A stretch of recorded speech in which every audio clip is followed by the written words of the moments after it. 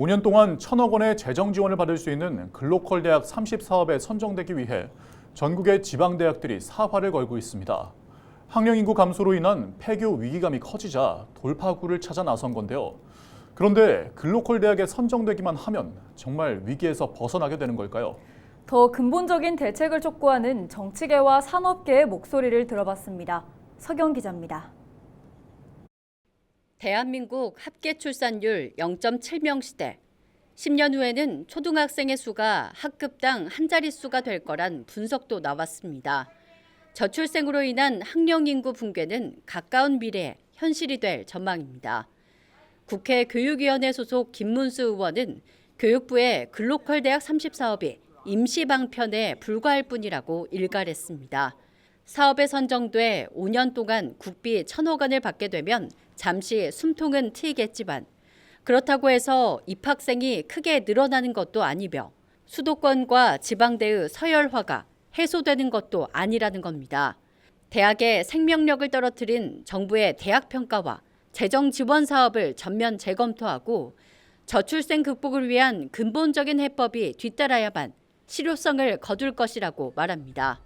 이렇게 시장 만능주의에 의존해서 돈만 급하게 투입하는 응급 처방 방식은 상당히 위험하다고 보기 때문에 만약에 이런 평가가 제대로 되지 않고 또 돈을 지급을 했지만 이게 제대로 살아남을 가능성이 없다면 당장 환수 조치라도 해야 된다고 생각합니다.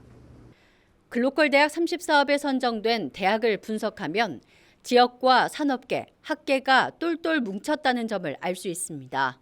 마치 직업학교처럼 산업계가 필요로 하는 실무를 대학 때부터 교육하게 하고 지자체는 지역의 인재가 유출되지 않도록 정착 지원을 더하는 구조입니다. 산업계는 글로컬 대학 30사업뿐만 아니라 사업에 선정되지 않은 대학들도 실무 중심의 교육 재편이 절실하다고 강조합니다. 대학 부총장 같은 직위에 실제 산업계에 종사하는 인물이 자리해서 실무에 능한 인재를 키워나갈 수 있도록 대학 내부 구조조정이 뒷받침돼야 한다는 겁니다. 뿐만 아니라 산학 협력을 강화해 전남에 부족한 연구 개발 분야 인재를 키워야만 지속 가능한 기업 운영에 도움이 될 것이라고 말합니다.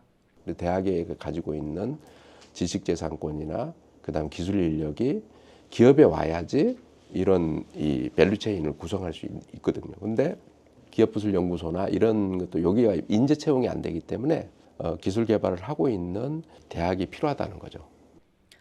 1,000억 원에 달하는 정부 재정 지원에 한 줄기 희망을 걸고 있는 지방 대학들.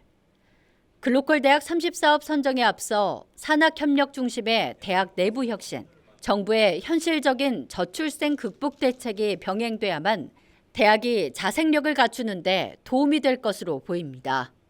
헬로티비 뉴스 서경입니다.